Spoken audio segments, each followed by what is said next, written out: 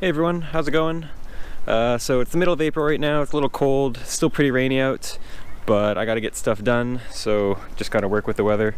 As you saw in our last video, I kind of went over a few of the new parts I have that we're gonna be installing and kind of getting everything ready for dyno tuning, which is actually very soon.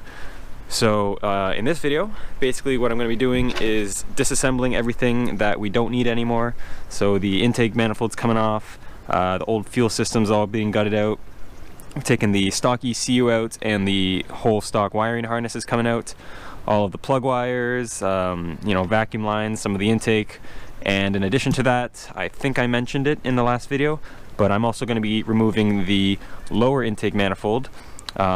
Which really has nothing to do with the dyno tuning. It's mainly just because the back runner snapped last year and it's just JB welded on right now. So I do have a replacement for that. It's just over here, all cleaned up and painted.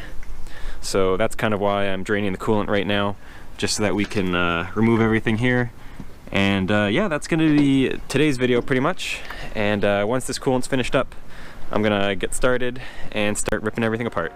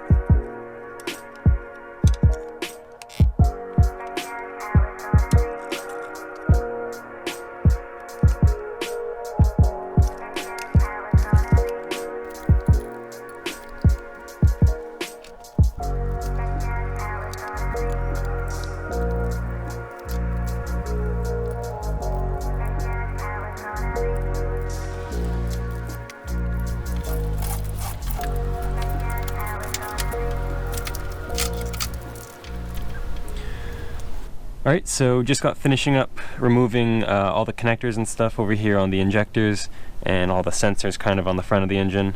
The harness is still connected to the firewall with a few zip tie clips. I still gotta try to get those off, but pretty much I'm gonna move on to the fuel system now.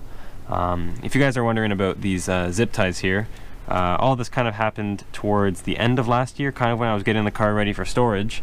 I noticed some of these fuel lines were leaking and I didn't want them to leak over the winter, so I was able to fit my fingers in here and get some zip ties on them just in case to kind of squeeze them a little tighter.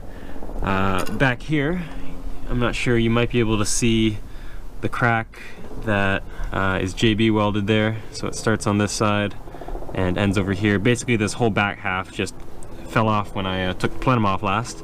So that's why we're replacing the lower intake manifold. Also, you can see some of the stock fuel lines are starting to have some cracks in them. So yeah, another reason why I'm finally going to a different fuel system. So yeah, we're going to take off the whole fuel rail system with the fuel pressure regulator. There's probably going to be fuel dripping everywhere, so I got to grab some extra rags and we'll continue going. So quick change of plan. I'm actually going to pull the lower intake manifold off with the injectors and the rails already connected. It's just going to be a little bit cleaner that way and a little bit less tedious. So in order to do that, we basically have our fuel line in up here, we have our fuel line out, we have a coolant hose on the very back down there that has to be disconnected. Around front we have our L-shaped coolant line here that has to be disconnected on one side. We have our upper rad hose and our overflow hose, and that's about it, just the 8 volts, and it should pop right out.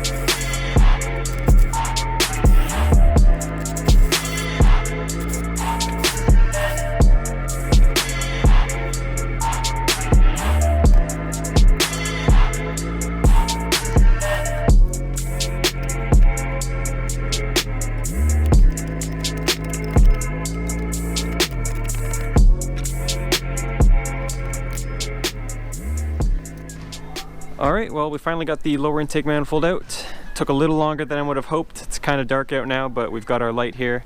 As you can see, it's a little dirty down in there, but the intake runners are pretty clean. A few shiny ones, a few black ones, but that's pretty normal for these engines.